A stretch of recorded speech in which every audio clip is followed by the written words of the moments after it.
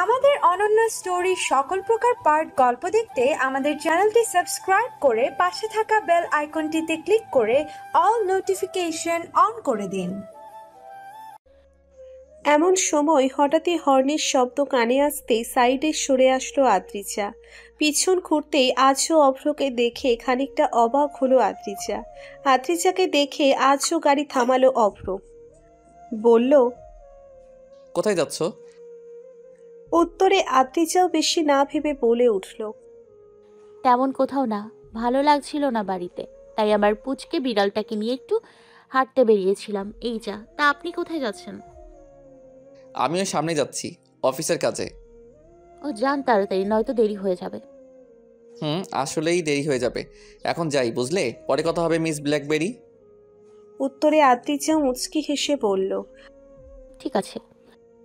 অতঃপর অভ্র আর না দাঁড়িয়ে চলে গেল গাড়ি নিয়ে। আর আদ্রিজাও কিছুক্ষণ অভ্রের যাওয়ার পানে তাকিয়ে দেখে হাঁটা ধরল নিজের মতো করে। সাথে হাঁটতে হাঁটতে আবারও বলল তার বিড়াল ছানাটাকে, জানিস তো, এই আরুর ভাই অভ্র মানুষটা ভীষণই ভালো। আমায় কতবার যে হেল্প করলো হিসেব নেই। তবে আজও বুঝলাম না উনি আমায় ব্ল্যাকবেরি কেন ডাকে। সেই প্রথম দিন থেকে এই নামটাই ডাকে আমায়। কেন ডাকে বলতো? কখনো জিজ্ঞেস করা হয়নি, তবে সেইভাবে কখনো সুযোগ মিললে নিশ্চয় জিজ্ঞেস করব ওনায় কেন উনি আমায় মিস ব্ল্যাকবেরি বলে ডাকে। এইরকম নানা কিছু বলতে বলতে এগিয়ে চলল আদ্রিজা। আজ কেন যেন কথা না বলে থাকতেই পারছে না আদ্রিজা। পাগল টাগল হয়ে গেল নাকি? কথাটা ভেবে আদ্রিজা নিজেই হেসে ফেলল। প্রেমের ছ্যাঁকা খেয়ে মাথা বোধহয় পুরোপুরি গেছে তার। চমচমাট ক্যাম্পাস, ফুরফুরে বাতাস বইছে চারপাশে। সকালের সোনালি রোদ্দুরে ভরে গেছে ক্যাম্পাসের প্রতিটি রুম সহ লাইব্রেরির কর্নার সর্নার, সাথে মাঠের আনাচে কানাচের সব জায়গা। মানুষে ভর্তি আজ পুরো ক্যাম্পাস। বিষয়টা না যতটা সুন্দর তার থেকেও চেঁচামেচি শোরগোলে যেন আরও বিরক্তকর। আর এসবের ভিড়েই নিজ ডিপার্টমেন্টের নিজ রুমের একদম শেষ বেঞ্চের আগের বেঞ্চটার জানালার ধারে চুপচাপ বসে আছে আদ্রিজা। মনটা ভীষণই খারাপ তার, কারণ কালকের তাকে দেখতে আসা ছেলেপক্ষের নাকি তাকে পছন্দ হয়েছে। আর আগামী 15 দিনের মাথাতেই পাত্রপক্ষ নিজ বাড়ির বউ বানিয়ে আদ্রিজাকে ঘরে তুলতে চায় দ্রুত। আদ্রিজা বোঝে না এত তাড়াহুড়োর কি আছে। ধীরে সুস্থেও তো করা যায় সবটা। আজ হুট করেই কোনো এক বিশেষ কারণে ক্লাস অফ ভার্সিটির, যার দরুন ডিপার্টমেন্টের সব ছেলেমেয়েরাই বর্তমানে মাঠে। ক্লাসে তেমন কেউ নেই বললেই চলে। আদ্রিজার ক্লাসরুমেও কেউ নেই, পুরো রুম ফাঁকা। তার বন্ধু মহলের সবাই বর্তমানে নিচে আছে। তাকেও যেতে বলেছিল, কিন্তু আদ্রিজা যায়নি। হুট করেই এত দ্রুত বিয়ে ঠিক হয়ে যাবে, বিষয়টা যেন মেনে নিতে পারছে না আদ্রিজা। আজ যদি শ্রাবণ তাকে ধোঁকা না দিত তাহলে হয়তো বিষয়টা অন্য রকম হতো। আপাতত বেশি ভাবল না আদ্রিজা। হয়তো তার ভাগ্যে কালকের দেখা ছেলেটাই ছিল। ছেলেটার নামটা যেন কি ছিল? মনে পড়েছে, আদনান। ছেলেটার চেহারাও ঠিকভাবে দেখেনি আদ্রিজা। এই মুহূর্তে দাঁড়িয়ে মনে হচ্ছে কাল একটু ঠিকভাবে তাকালে উচিত ছিল ছেলেটার দিকে। যাকে বিয়ে তো হয়েই যাবে, তখন না হয় দেখে নেবে। এরই মাঝে সেখানে উপস্থিত হলো শরীফ, শিফাত, তুলি, বুশরা, আশিক আর আরু।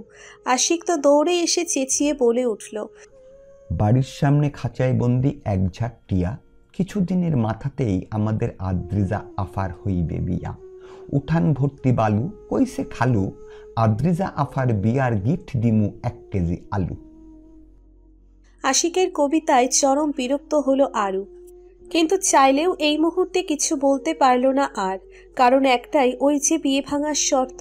তবে চাইলেই কি আরু চুপ থাকতে পারে আশিকের এমন কবিতা শুনে? তাই গম্ভীর কণ্ঠে বলল, খালি আলু কেন, পটল, সরিষা, পেঁয়াজ, রসুন, কাঁচামরিচ, আদা, সয়াবিন তেল সব দিস। আরুর কথা শুনে আশিক আরুর দিকে তাকিয়ে গলা ঝাড়া দিয়ে বলল, আমি জানি আরু সোনা তুমি ভিতরে ভিতরে রেগে যাচ্ছ, তাই রে না, কিন্তু যতই রাগো আমি থাম্মু না না না না। আরু কন্ট্রোল করলো নিজেকে। মনে মনে বলল, কন্ট্রোল ইয়োর সেলফ আরু। তুই শুনিসনি আশিকের এই 3rd ক্লাস কবিতা? এই বলে আদ্রিজাকে উদ্দেশ্য করে বলল আরু, তুই কি বিয়েটায় রাজি আছিস আদ্রিজা? উত্তরে এতটুকু বলা আদ্রিজার। রাজি না হওয়ার কি আছে? কিন্তু তোর চোখ মুখ তো বলছে না তুই রাজি। সব ক্ষেত্রেই যে রাজি হওয়াটা জরুরি এমনটা তো নয়। যেখানে আমার রাজি হওয়া বা না হওয়ায় কোনো গুরুত্বই ম্যাটার করে না, সেখানে রাজি হওয়া বা না হওয়ার প্রশ্নই আসে না। তুই কি আঙ্কেল আন্টির ওপর রেগে আছিস? না, রাগ করব কেন? ওনারা তো আমার ভালোর জন্যই করছে। তুই বিয়েতে রাজি না হলে বল, আশিকের মতো কোনো হ্যাবলাকে দিয়ে আমার মতো তোর বিয়েটাও ভেঙে দেব। আরুর কথাটা বুঝতে আশিকের 2 সেকেন্ড সময় লাগলো। পরক্ষণেই বিষয়টা বুঝতে পেরে বলল, তুই আমাকে হাবলা বললি আরু? এ বাবা, তোকে হ্যাবলা বলার এত বড় সাহস আমার আছে নাকি? এখন তুই চুপ থাক, আদ্রিজার কথা শুনতে দে। বলেই আদ্রিজার দিকে তাকিয়ে বলল আরু। এখন তুই বল আদ্রিজা। আরুর কথা শুনে আদ্রিজা খানিকটা অবাক হয়ে বলল, কি বলবো? কি বলবি মানে? এটা বলবি তুই এই বিয়েতে রাজি কিনা। রাজি না হলে বল, বিয়েটা যেভাবে হোক আমরা মিলে ভেঙে দেব। উত্তরে আদ্রিজা বলে উঠল, না, আমি রাজি। কি দরকার উটকো ঝামেলা করার? তার চেয়ে তোরা প্রস্তুতি নে, বিয়ে খাওয়ার প্রস্তুতি। আদ্রিজার কথা শুনে আশিক খুশি হয়ে চেঁচিয়ে বলে উঠল, উরে মামা, জামাই রাজি, বউ রাজি, এইবা আমি ডাকমু কাজী। কতদিন পর খামু বিয়া, বাসর সাজামু আমার আরু সোনারে নিয়া। আরু শোনা, তুমি আর কইরো না ভ্যান ভ্যান। বিয়া খামু, সাথে নাচমু, ধ্যানর ধ্যান ধ্যানর ধ্যান, মারো তালি। কাম সারছে এতক্ষণ আরও নিজেকে সামলে রাখতে পারলেও এবার আর পারল না। রাগে মাথায় আগুন জ্বলে উঠল তার। তৎক্ষণাৎ বসা থেকে উঠে দাঁড়িয়ে চেঁচিয়ে আশিকের দিকে তেড়ে যেতে বলল আরু, শালা, আজকে তোর মারোতালি বার করছি, দাঁড়া। তোর 3rd ক্লাস কবিতার গুষ্টি তুষ্টি। হুট করেই আরুকে চেঁচাতে দেখে ঘাবড়ে গিয়ে বলে উঠল আশিক, এটা কিন্তু কথা ছিল না, শর্ত ছিল কিন্তু। তোর সত্যের নিকুচি করছি বান্দর পোলা। বলেই দৌড়ে গেল আরু আশিকের দিকে। আর আরুর কাছে আশিকও ভয় পেয়ে পিছনে দৌড়ে যেতে যেতে বলল, ভিতর থেকে ঘাবড়ে গেছি। আরো সোনা দৌড়ে আসছে, তাও তাও। চারপাশে কিছু দেখি না ভাই, মরে কেউ বাঁচাও বাঁচাও। বলেই আশিক দৌড়। আর আরু সেও চলল আশিকের পিছন পিছন। আজ আর আশিকের নাক আস্ত থাকবে না, আরো ফাটিয়েই ছাড়বে। এদের কাণ্ডে আদ্রিজা বাদে বাকি সবাই উচ্চস্বরে হেসে দিয়ে বলল। সন্ধ্যার সময় পেরিয়ে গেছে অনেক আগে। রাত হচ্ছে ধীরে ধীরে। সোফায় বসে সবে মাত্র টিভিটা অন করে দেখছিল আরুর মা। এমন সময় আরু এসে বসলো মায়ের পাশে। তারপর সোফায় শুয়ে কোলে মাথা রাখলো মায়ের। তারপর বলল, আচ্ছা মা, মেয়েদের কি বিয়ে দিয়ে বাড়ি থেকে বের না করলে হয় না? হুট করেই মেয়ের মুখে এমন কথা শুনে খানিকটা চমকে উঠল আরুর মা। টিভির ভলিউমটা কম করে রিমোটটা পাশে রেখে মেয়ের মাথায় হাত বুলাতে বুলাতে বললেন উনি, হঠাৎ এমন কথা কেন মা? উত্তরে নিশ্চুপ কণ্ঠ নিয়ে বলে উঠল আরু, আদ্রিজার বিয়ে ঠিক হয়ে গেছে মা। আর কিছুদিনের মাথাতেই আদ্রিজাকে বউ করে পাত্রপক্ষরা নিয়ে যাবে তাদের সাথে। আরুর কথা শুনে বেশ অবাক হয়ে বলল আরুর মা, কবে হলো এসব? কাল। এরই মাঝে সেখানে উপস্থিত হলো অভ্র। আরুর শেষের কথাটা শুনে বলল সে। কি হয়েছে কাল? হুট করেই অভ্রের কণ্ঠ শুনে আরুর মা আর আরু দুজনেই হকচকিয়ে উঠে তাকালো অভ্রের দিকে। আর আরু বলল, তেমন কিছু না ভাইয়া, ওই আদ্রিজা আছে না, আমার বেস্ট ফ্রেন্ড, ওকে কাল দেখতে এসেছিল। পাত্রপক্ষের নাকি ওকে পছন্দ হয়েছে। খুব শীঘ্রই বিয়েটা হয়ে যাবে আদ্রিজার। আদ্রিজার বিয়ে কথাটা শুনতেই যেন মন মস্তিষ্ক সব আটকে গেল অভ্রের। বিস্মিত কণ্ঠ নিয়ে নিশ্চুপ কণ্ঠে বলল সে, ব্ল্যাকবেরির বিয়ে? তুমি কি কিছু বললে ভাইয়া? আচমকাই আরুর মুখে এমন কথা শুনে হকচকিয়ে উঠল অভ্র।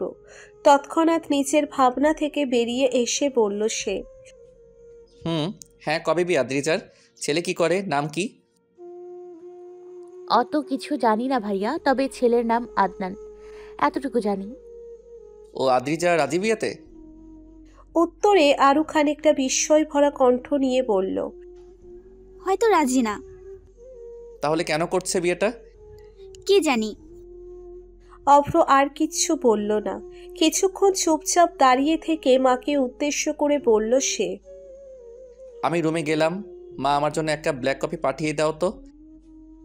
উত্তরে আদ্রিজার মাও বেশি না ভেবে বলল, ঠিক আছে, যা তুই, আমি নিয়ে আসছি। ঠিক আছে।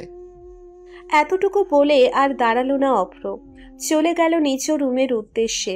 কেন যেন আদ্রিজার বিয়ের কথাটা শুনে তার ভালো লাগছে না।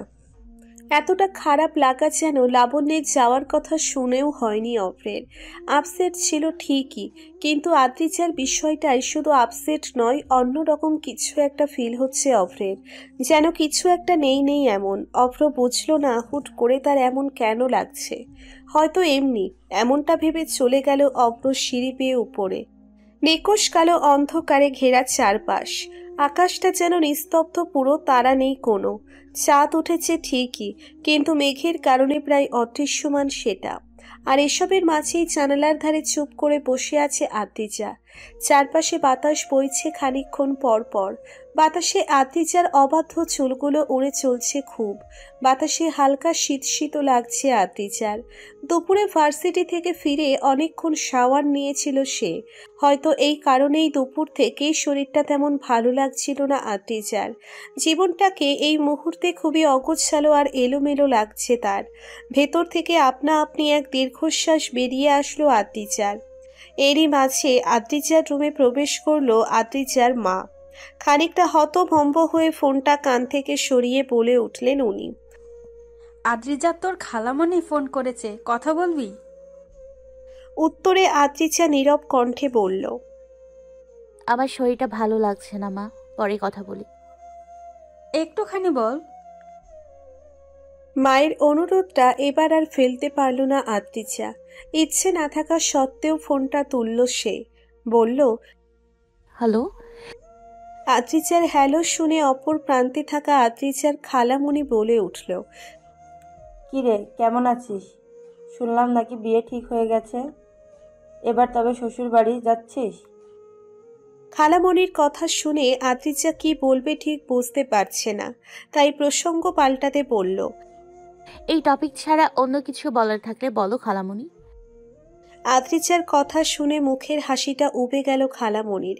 খানিকটা চিন্তিত মাখা মুখ নিয়ে বললেন উনি, কিরে, কি হয়েছে তোর? গলাটাও যেন কেমন লাগছে, ঠিক আছে তো? খানিকটা বিব্রত হলো আদ্রিজা, তবে বেশি না ভেবেই বলল, আসলে শরীরটা ভালো লাগছে না খালামণি, তাই আর কি। কেন, কি হয়েছে? এমনি ভালো লাগছে না, শরীরটা গরম গরম লাগছে, সাথে মাথা যন্ত্রণা করছে একটু। ও, একটা কাজ কর, তাড়াতাড়ি কিছু খেয়ে নে, ঔষধ খেয়ে ঘুমিয়ে পড়, ঠিক হয়ে যাবে। উত্তরে আদ্রিজাও নিশ্চুপ গলায় বলল, ঠিক আছে খালামণি। আপুর কাছে দে এখন। খালামণির কথা শুনে আদ্রিজাও ফোনটা তার মায়ের কাছে এগিয়ে গেল। আদ্রিজাও মা সেটাকে নিয়ে রুম থেকে বের হতে হতে বলল, বল। তুই চিন্তা করিস না, আমি অদ্রিজা ওষুধ খাইয়ে দিব নে। বলেই ফোনে কথা বলতে বলতে বেরিয়ে যায় আদ্রিজার মা। মা বের হতেই আদ্রিজা পুনরায় তাকালো আকাশপানে। আকাশে মেঘ ডাকছে, হয়তো বৃষ্টি হবে। পরের দিন সূর্যের ফুরফুরে আলোতে গভীর ঘুমে মগ্ন ছিল অভ্র। কাল রাতে তার যেন ঘুমই আসছিল না। কেন ঘুম আসছিল এটাই যেন বুঝতে পারেনি অভ্র। ঘুম আসে প্রায় শেষ রাতের দিকে, তাই তো এখনো গভীর ঘুমে মগ্ন অভ্র। হঠাৎই বিকট শব্দে ফোনটা বেজে উঠল অভ্রের।